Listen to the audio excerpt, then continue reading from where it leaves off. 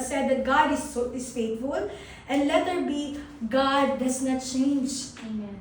In Malachi 3:6 it said, "For I, the Lord, do not change." Yes. Amen. Amen. Do you know that people change? Yes. You agree with me? Yes. People change. I think not only in Philippines, but even in Uganda. What do you think? Yeah, Gloria? People change. Yes.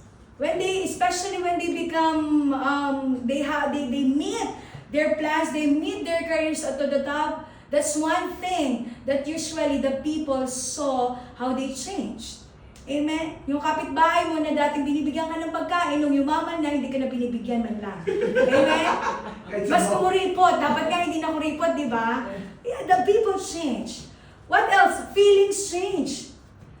If you have husband and wife, we have couples here, or maybe your husband or your wife is in the Philippines or wherever it is, right? Or even if you are in a relationship, if you are single, amen? Feelings change. Not every day you felt in love with your wife or husband, but every day is a commitment. Amen? Yes. For a couples, every day is a commitment. So feelings change. Sometimes when you woke up, you don't want even to see the face of your husband or wife. I can feel that. I'm not denying it. My husband will look the video later. Let him see. Yeah? But yeah, the feeling will change, right? But the God that we serve does not change. Amen? Amen. The situation changed. Who will say again that today, that the situation will happen this night?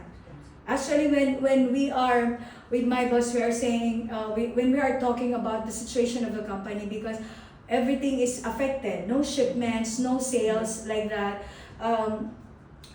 Chef Randy, we were talking earlier, no? The supply is so less, right? So everything is affected. So we are saying that it seems that this is much, what do you call this one? Much difficult compared during the pandemic. Because the pandemic, the supplies are there, but you just cannot go out. But you can order, right? You can still have something. But now it's too tight. So who will expect this situation? Nothing.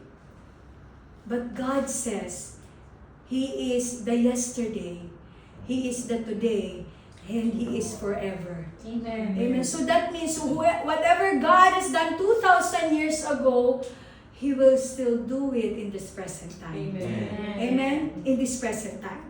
So God does not change. So that's why po, our hope, bilang we as a believer of Christ, our hope should be built, it's like, the hope that we have is building our life in sands, the sands, yung buhangin, or versus rock. Paano mo ba, how you are putting up your hope? Where are you, saan mo ba inilalagay yung pag-asa mo? Where are you putting your hope? Ano po? Is it in the rock? In the sands, when the waves of the sea will come, the sands also is coming along with the wave. But if you put your foundation of your life is in the rock, and Jesus is rock. Amen? Jesus is our rock. No? It is solid. You will stand firm. That is why po, if your hope is in the people, it will shake. Naniniwala tayo doon? If your hope is in your company, it will shake. But if your hope is in God, it will stand. Amen. Tatayo po yan. No? It will stand. But the reality, while we are trusting the Lord, putting our hope in Him, we need to wait. No? Point number 2 po, our hope is sustained in the waiting.